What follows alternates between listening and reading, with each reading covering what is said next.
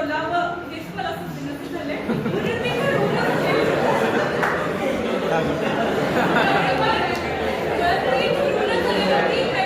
तर माहिती असेल तर एक जो व्हिडिओ मला पाहिलेला होता तो आज मला इथं ऐकवायचा होता आणि तो व्हिडिओ मी स्टेटसला पण ठेवला होता आणि बऱ्याच टीमेच्या विद्यार्थ्यांनी त्याला लाईक केलं होतं.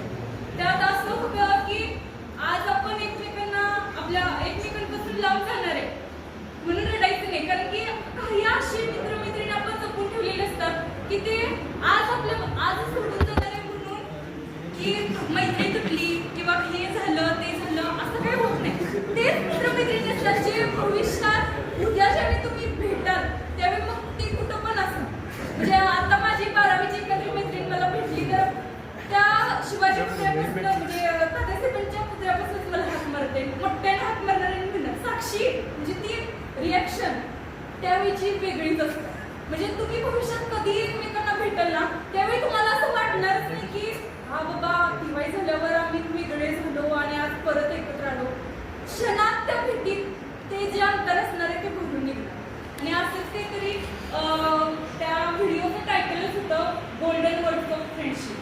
आय थिंक स्नेहा दिदीनं तो व्हिडिओ बघितला असेल आणि तिने ती लाईक पण केलेलं त्या व्हिडिओला, पण इथं ती उपलब्धता झाली नाही मेकची म्हणून तो देता आला म्हणजे ऐकवता आला नाही आणि पूर्ण लास्टपर्यंत त्या व्हिडिओचा आवाज जाणार आहे. तो सॉरी त्या व्हिडिओसाठी. पण आता मनोगत म्हणून बोलायचं झालं तर वाटलं नव्हतं एक दिवस असा क्षण येईल की तुम्हाला शुभेच्छा देऊन आम्ही जावं म्हणून सांगेल किंवा परत या म्हणून सांगेल.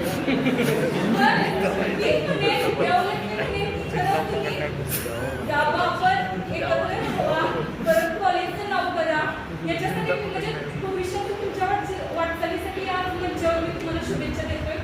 खरं तर वाईट वाटायला लागले खूपच, कारण की टीवायच्या भरपूर विद्यार्थी ओळखीचे मग नंबर आपल्याजवळ जास्त नंबर असला की प्रत्येकाची प्रॅक्टिस असते नंबर कसा सेव्ह करायचा. तर मग पूजा दिदी असेल, स्नेहा दिदी असेल. 12वीपासून सुरुवात झाली हो या प्रवासाला. 12वी झाल्या दीक्षाला विचारलं की तुझी दिदीने कुठे ॲडमिशन घेतली, मग तिने सांगितलं असं असं वारणा कॉलेजला ॲडमिशन घेतलंय. मग ते